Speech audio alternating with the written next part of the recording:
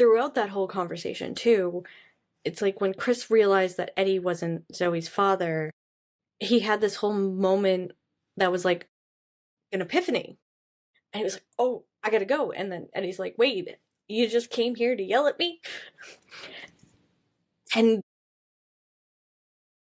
from there, he goes to see Sophie. And, he goes to Sophie's door and he's like, I know Eddie's not Zoe's father. I need to talk. I know you didn't sleep with Eddie. And then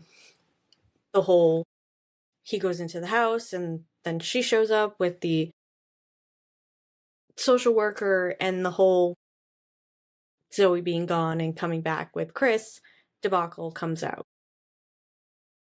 And then Zoe tells them that, no, Chris is my dad.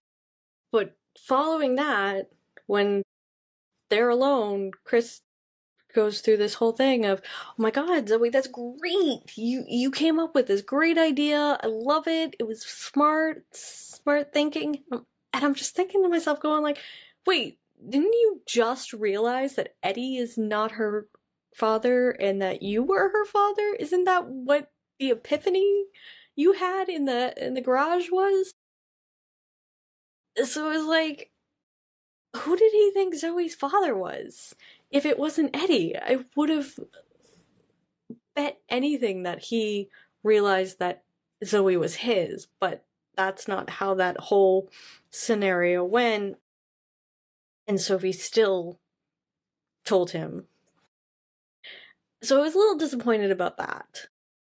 Because I really thought that he had caught on and he had realized that he was Sophie's father throughout that whole conversation with Eddie. And even if he hadn't fully realized it, I still thought the conversation should have been like him mentioning, it's like, I know Eddie's not her father.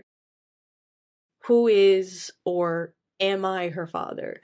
I feel like that could have been the conversation, but I was a little disappointed in the reveal, especially from where we were with Chris to when we got the reveal that Zoe was Chris's daughter.